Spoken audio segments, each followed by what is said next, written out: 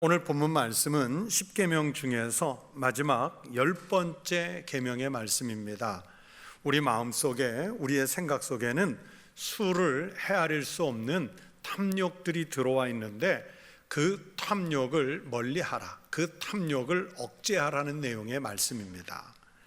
여러분, 하나님은 왜 우리에게 탐욕을 금하라고 말씀하셨을까요? 왜 인간의 마음에 본능적으로 발생하는 이 욕심을 억제하라고 말씀하셨을까요? 그렇다고 해서 이 말씀이 우리가 사는데 필요한 필수적인 것까지 다 포기하라는 뜻은 아닙니다.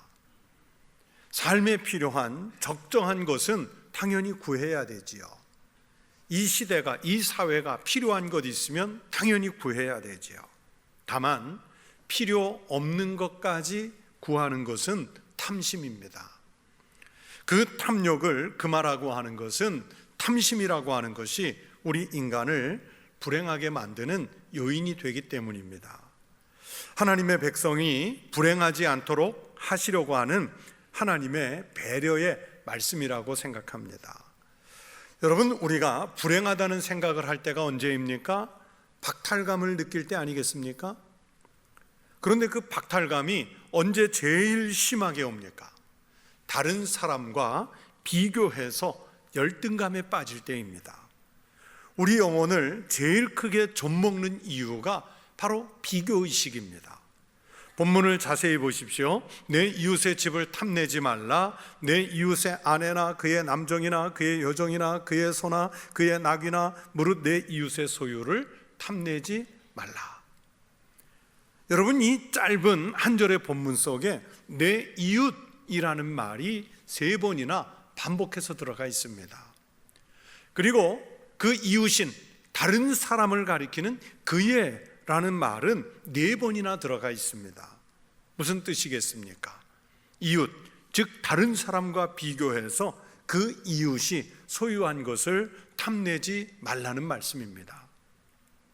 여기서는 그의 아내, 그의 남종이나 여종, 그의 소나 나귀, 이런 고시대의 종목들을 이야기하는데, 아마 요즘 현대적인 것으로 조금 바꿔서 생각한다면 네 이웃의 자녀가 잘 되는 거, 내 이웃이 가지고 있는 주식이 잘 되는 거, 네 이웃이 가지고 있는 아파트가 막 쭉쭉 올라가는 거, 내 이웃이 가진 사회적 지위나 신분, 이런 것들을 탐내지 말라 하는 말씀으로 조금 바꾸어서 생각할 수도 있겠습니다.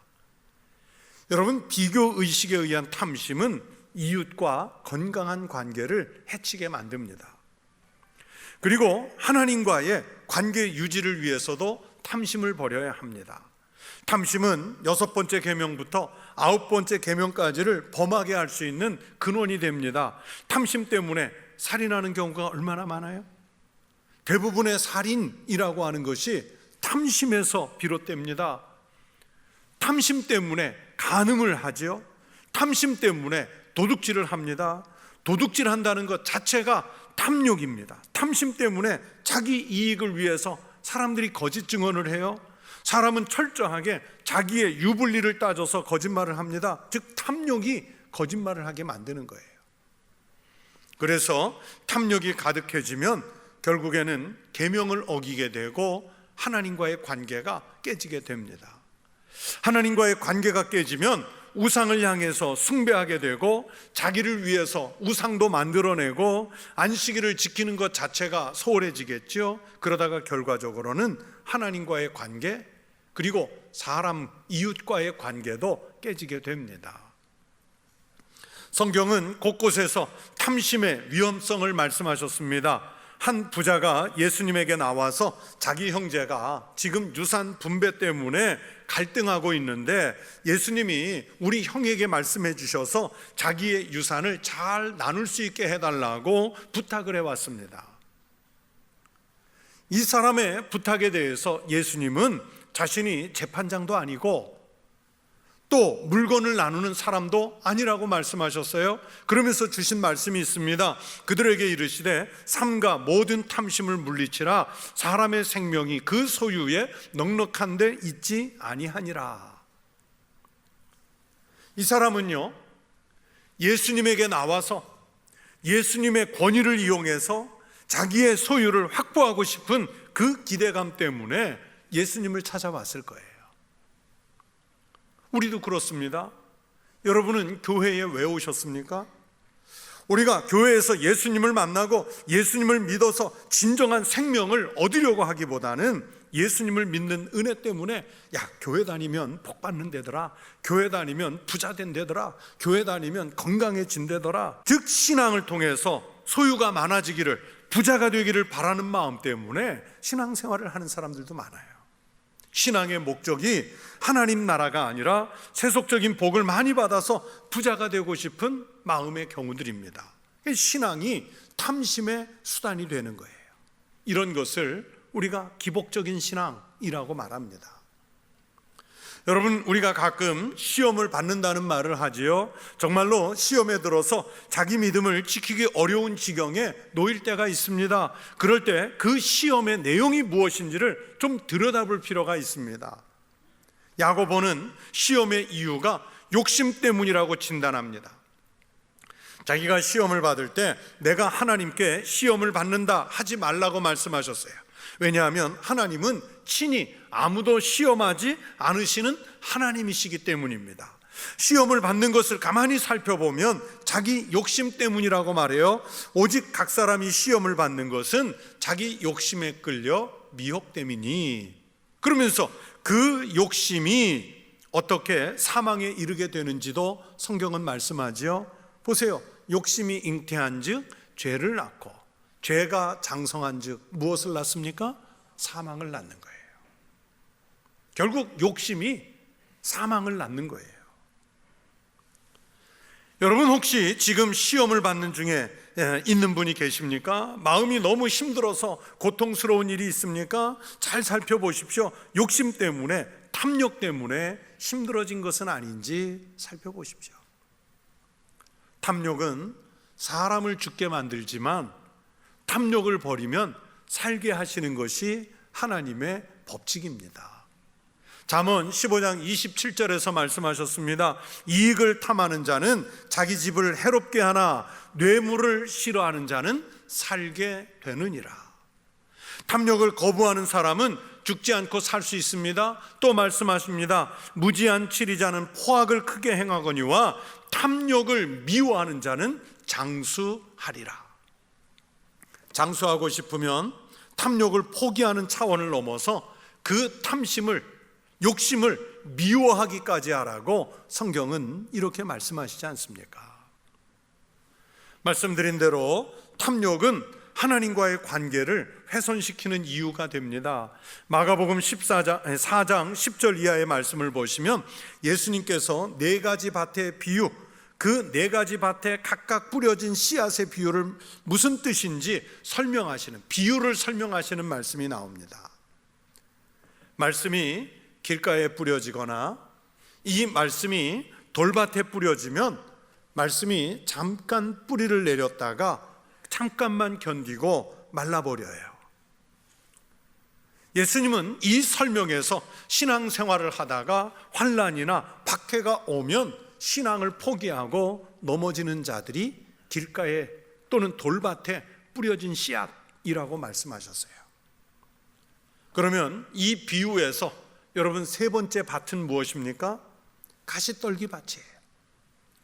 가시떨기 주변에 떨어진 씨앗은 가시라고 하는 기운에 막혀서 결실하지 못한다 말씀하셨는데, 여러분, 여기서 예수님이 씨앗이 자라지 못하게 하는 마음속에 가시가 있다고 말씀하시는데요. 여러분, 말씀을 보세요. 또 어떤 이는 가시떨기에 뿌려진 자니 이들은 말씀을 듣기는 하되 세상의 염려와 재물의 유혹과 기타 욕심이 들어와 말씀을 막아 결실하지 못하게 되는 자요.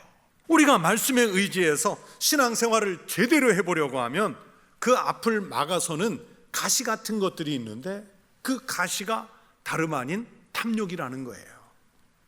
예수님은 이런 경우를 말씀을 받기는 하되, 즉 신앙생활을 그럭저럭 하는 사람이에요. 교회에 때가 되면 그럭저럭 나오는 사람이에요. 그러나 그럭저럭 나오면서 믿음의 결실이 없는 이유는 세상의 염려와 재물의 유혹과 기타의 욕심 때문이라 이런 것들이 가시라는 거예요. 이런 가시 같은 탐욕이 우리의 신앙 속으로 들어오면 말씀을 막아섭니다. 신앙이 열매를 맺지 못하도록 방해를 합니다. 그래서 수십 년을 믿으면서도 믿음의 결실이 없는 허망한 신앙이 되고 맙니다. 탐욕은 그렇게 우리의 신앙을 망칩니다. 하나님과의 관계를 깨뜨립니다. 실제로 성경에서 탐심 때문에 하나님과 관계가 깨진 사례는 무수히 많지요. 아담과 하와가 원죄를 지은 것도요, 어디에서 시작됩니까?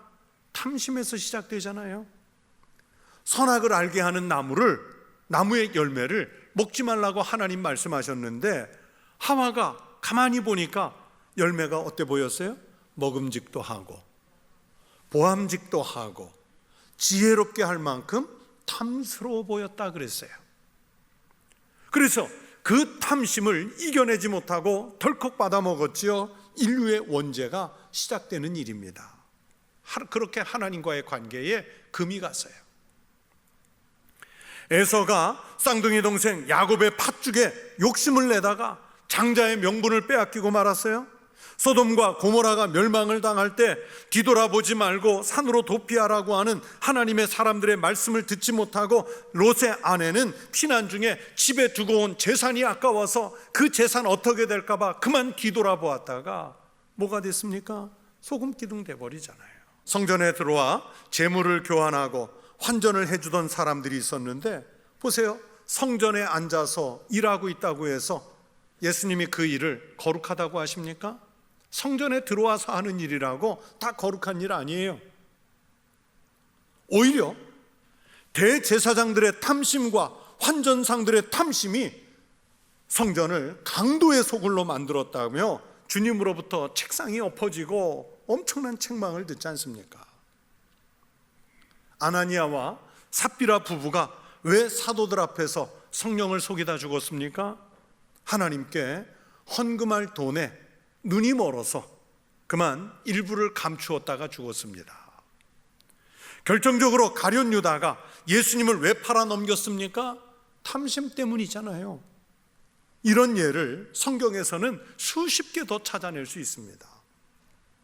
탐욕의 그 본성이 하나님과의 관계가 멀어지게 하는 요인이 되기 때문에 탐내지 말라고, 특히 이웃의 소유를 탐내지 말라고 오늘 10번째 계명은 말씀하시는 것입니다.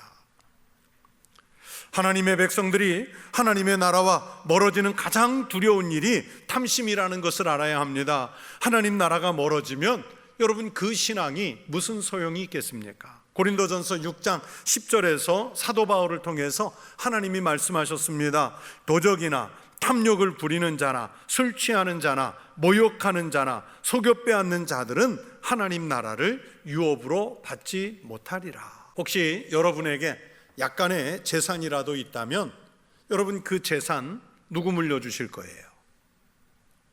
여러분의 재산 누구 물려주실 거예요? 우리 옆집에 사는 아이가 있는데 매일 아침 저녁으로 오가다 가다가 만나서 친해졌어요. 그렇다고 가깝고 친해졌다고 해서 여러분 그 옆집의 아이에게 유산을 주지는 않습니다. 내 자식이 타지방에 가서 살거나 또는 외국에 살고 있어서 자주 보지 못하고 1년에 겨우 한두 번 볼까 말까 하는 그런 자식이라도 여러분 매일 만나는 옆집 아이에게 유산 주는 게 아니라 1년에 한두 번 겨우 보는 내 자식에게 유산을 주는 게 당연하잖아요. 결국 유업을 받는다는 것은 자녀가 되었다는 뜻입니다. 그런 것처럼 하나님의 자녀가 되면 하나님의 유업을 받는 것이고요, 하나님의 자녀가 아니면 하나님의 유업을 받을 수 없습니다. 성경은 도적이나 탐욕을 부리는 사람은 하나님 나라를 유업으로 받지 못할 것이라고 말씀하셨잖아요. 그 얘기는 탐심은 하나님의 자녀가 될 자격을 상실시킨다는 하나님의 말씀입니다. 에베소서 5장 5절에서도 말씀하셨습니다. 너희도 정녕 이것을 알거니와 음행하는 자나 더러운 자나 탐하는 자, 곧 우상 숭배자는 다 그리스도와 하나님의 나라에서 기업을 얻지 못하리니. 우리는 보통 생각하기를 음행이라고 하면 더러운 것이라고 여기고요, 욕심은 그래도 그것보다는 깨끗하다고 합리화할 수 있습니다. 그러나 성경은 음행과 더러운 것과 탐욕을 다 우상숭배라고 했고 하나님 나라의 기업을 얻지 못한다고 말씀하셨습니다. 탐심은 그것은 세상적인 것을 숭배하는 것이기 때문에 우상이 맞습니다. 그래서 하나님이 가장 싫어하시는 범죄에 해당되기 때문에 탐심을 가진 사람, 이웃의 소유를 탐내는 사람은 하나님 나라에 들어갈 수 없는 것입니다. 여러분, 우리 기독교 신앙은 내면성을 중요하게 여기고 있습니다. 하나님은 우리의 외형이 아니라 중심을 보신다고 하셨기 때문입니다. 탐심은 외형으로부터 시작되는 것이 아니라 마음에서 시작되는 것이기 때문에 마음속에 감추어져 있는 욕심을 버려야 합니다. 하나님이 들여다보고 계시는 마음이기 때문입니다. 그리고 그 마음에서 시작된 행위가 마음과 일치가 되어야 합니다. 하나님이 내 마음을 보고 계시다는 것을 늘 인식해야 합니다. 성도 여러분, 우리는 계명을 소극적으로 지키는 것이 아니라 적극적으로 지키려고 노력을 해야 합니다. 그것은 모든 계명이 다 그렇습니다. 그 연장선상에서 오늘 우리가 이 10번째 계명을 잘 지키려면 탐심을 이겨내야 하는데, 우리가 어떻게 이겨야 할지 제가 5가지로 정리해서 말씀을 드리겠습니다. 첫째, 내가 지금 어디에 관심을 두느냐 하는 것을 살펴야 합니다. 여러분, 탐심은 관심에서부터 시작이 됩니다. 그렇기 때문에 우리는 바른 곳에 관심을 두어야 합니다. 그 바른 곳의 정점은 하나님이십니다. 하나님께 우리가 관심을 두어야 내 이웃의 소유에 대한 탐심에서 벗어날 수 있습니다.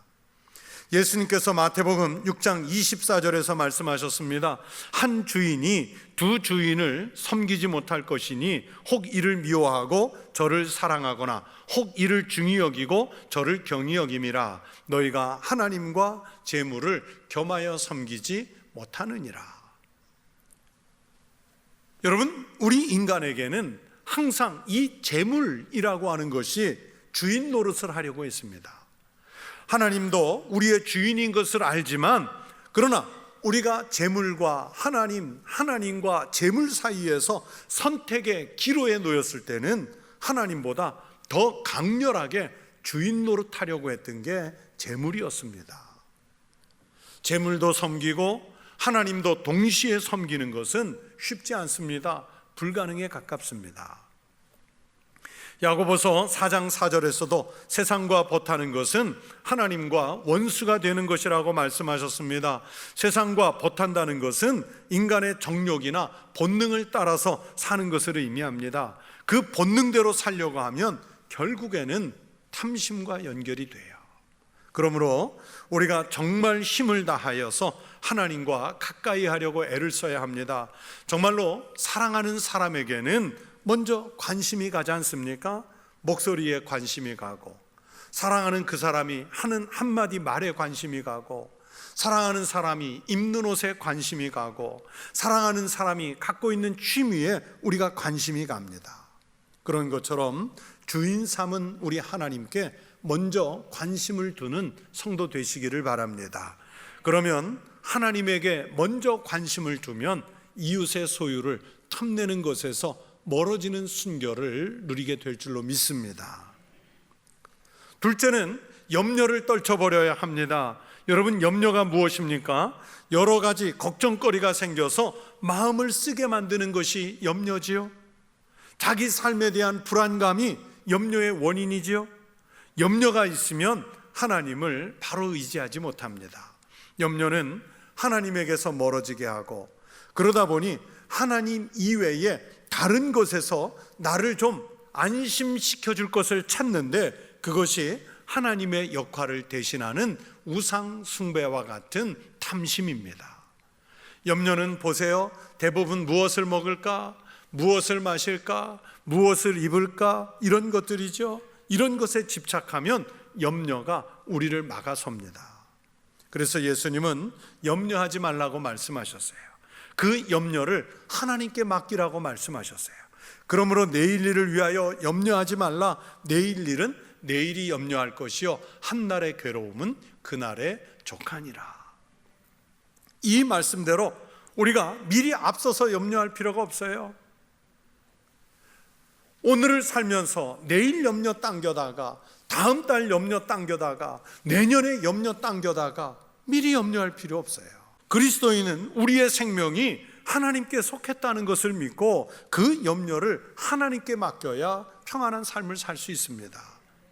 이 은혜의 맛을 아는 성도가 되시기를 축원합니다. 셋째, 탐욕은 하나님이 만물의 주인 되신다는 것을 모르기 때문에 생기는 것입니다. 우리의 소유의 많고 적음에 따라서 행복과 불행을 결정짓습니다. 여러분, 우리의 진정한 행복이, 진정한 평안이 소유의 많음에서 오겠습니까? 사실 온 우주 만물은 다 하나님이 창조하셨고 하나님이 주인이신 줄로 믿습니다. 우리가 살다 보면 더 가진 사람도 있을 수 있고 덜 가진 사람도 있을 수 있습니다. 소유의 많고 적음 그 자체가 이미 하나님의 주권입니다. 많이 가졌다고 해서 우쭐댈 필요도 없고요, 없다고 해서 낭망할 이유가 없습니다. 여러분, 가졌으면 얼마나 갖겠어요? 나보다 더 가진 사람이 얼마나 많은데요. 조금 가졌다고 그것 때문에 소리치지 마십시오. 자랑하지 마십시오. 없다고요 주눅들지 마십시오. 잘 살펴보면 하나님이 나에게만 주신 특별한 것들이 있습니다. 부족한 것에 대해 욕심내지 말고 더 주신 것을 가지고 감사하는 성도 되시기 바랍니다. 그래서 네 번째는 있는 것, 이미 주신 것에 대해서는 족한 줄로 여기는 자세입니다. 우리는 사실 더 있어도요 필요 없는 것까지 구할 때가 있잖아요. 우리가 구하여도 얻지 못하는 상당 부분은 필요 없는 것까지 잘못 구하기 때문입니다. 구하여도 받지 못하면 정욕으로 쓰려고 잘못 구하기 때문이라, 잘못 구하는 것은 대부분 욕심으로 내가 남들보다 더 가졌다, 내가 자랑거리가 있다, 이것 생색내려고 구하는 경우들이잖아요. 또 말씀합니다. 돈을 사랑하지 말고 있는 바를 족한 줄로 알아. 그가 친히 말씀하시기를 내가 결코 너희를 버리지 아니하고 너희를 떠나지 아니하리라 하셨느니라. 성경은요 돈을 사랑하는 것이 1만 가지 악의 뿌리가 된다고 하셨습니다. 돈의 마음을 빼앗기면 하나님이 떠나시지만 우리가 하나님을 사랑하면 하나님이 우리를 떠나지 않고 함께 하시기 때문에 부족할 것이 없습니다. 하나님은 이미 넉넉하게 우리에게 주신 줄로 믿습니다. 주신 것, 이미 받은 것을 족한 줄로 알고 감사하며 사는 성도 되시기를 축원합니다. 다섯 번째는 다른 사람의 것을 욕심내지 않는 것을 넘어서서 우리는 내가 가진 것을 나누어 주려고 하는 삶을 살아야 합니다. 그것이 신앙의 자세고요, 그것이 오히려 하나님으로부터 더 큰 복을 받는 비결입니다. 범사에 여러분에게 모본을 보여준 바와 같이 수고하여 약한 사람들을 돕고 또 주 예수께서 친히 말씀하신 바 주는 것이 받는 것보다 복이 있다 하심을 기억하여야 할지니라. 우리는 보통 받는 게 복인 줄 알아요. 많은 게 복인 줄 알아요. 그래서 하나님께 기도하는 내용을 보세요. 대부분이 무엇인가를 달라고, 대부분이 무엇인가를 받게 해달라고 기도하는 것들입니다. 내가 가진 것 중에 하나님 용기를 주셔서 무엇을 줄 수 있는지, 또 무엇을 주고 싶은지 헤아려 보게 하십시오, 이런 기도는 거의 없어요. 그러나 성경의 말씀대로 예수님은 주는 것의 모본을 우리에게 보여주셨습니다. 심지어 하나밖에 없는 생명, 목숨까지도 주시는 모본을 보이셨지 않습니까? 여러분, 우리가 예수를 제대로 믿으려면 이웃에게 목숨까지는 못 줄지언정 하나님이 여유 있게 주신 것들이라도 있으면 그것을 나눌 수 있는 신앙이 되시기를 바랍니다.